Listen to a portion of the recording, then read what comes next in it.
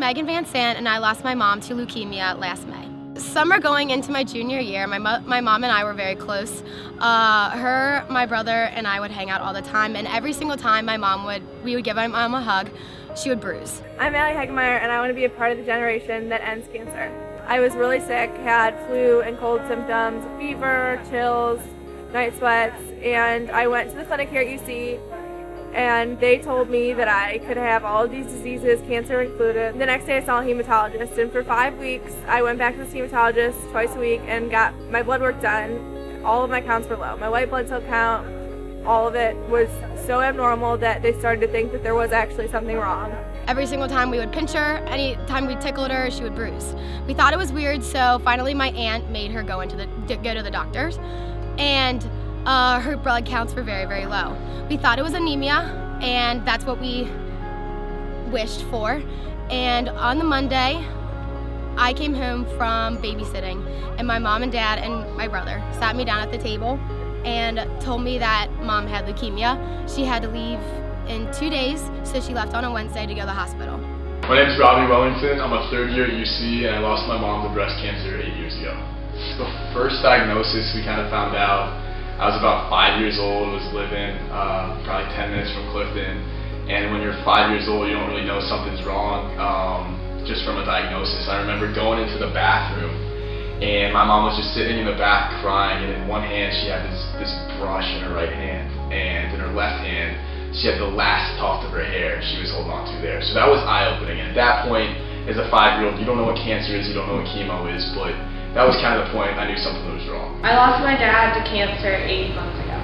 He was diagnosed 8 years ago with multiple myeloma, which is a rare blood bone cancer. At the 5th week, I got a bone marrow biopsy, and the same exact day, my mom got a phone call, and they said I had leukemia. My first round of chemo was 10 days of chemo. It was 5 different drugs.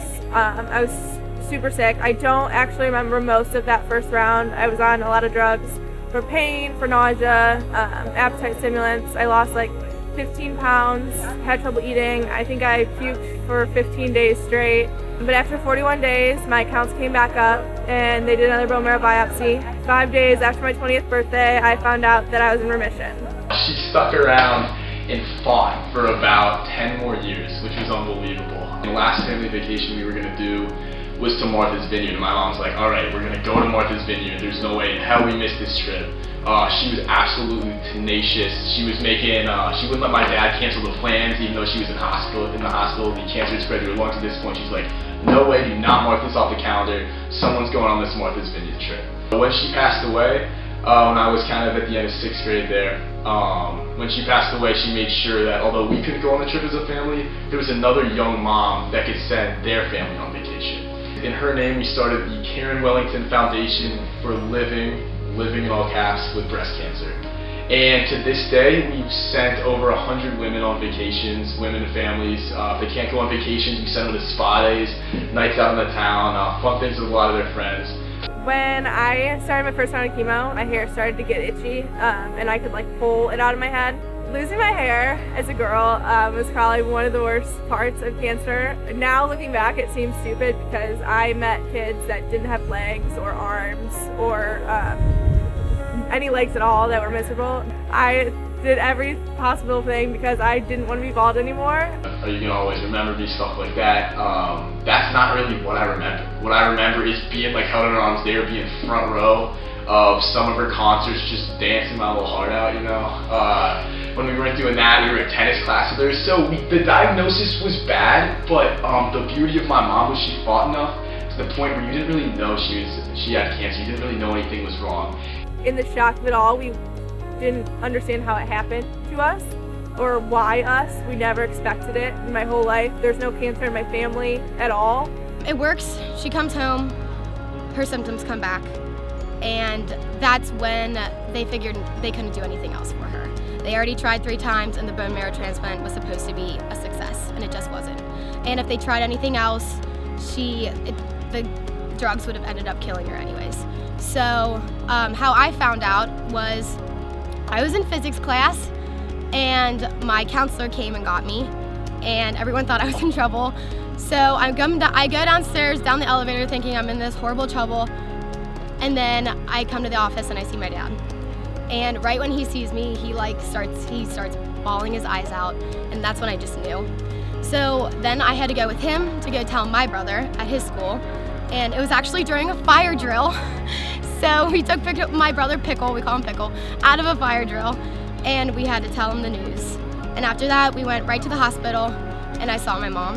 And that was probably one of the hardest moments of my entire life because I knew that I wouldn't see her anymore. Can we stop? I think it's really important to remember that like everyone's fighting their own battle, whether it's cancer or not. You also have to think like a lot of these students that you see have been impacted by cancer, whether it's their mom, their dad, their brother, their sister, their aunt, anyone in their family. Like it does take a toll on them. You just have to remember that at the end of the day, like we're all human and we all have feelings. We have had a lot of support. It's not like the UC community doesn't know that this is an issue. We do have a lot of families affected by cancer. It would be cool if all of UC could rally around one cause and really put a lot of their effort into one thing, whether that's curing cancer, whether that's helping women have a blast whether they have cancer, whether that's helping out like some of their kids, take them away for a day, go do something cool at UC, and the mom has like fun at like a spa, something like that. It'd be pretty cool. But again, if we could get all of UC behind this, that'd be incredible.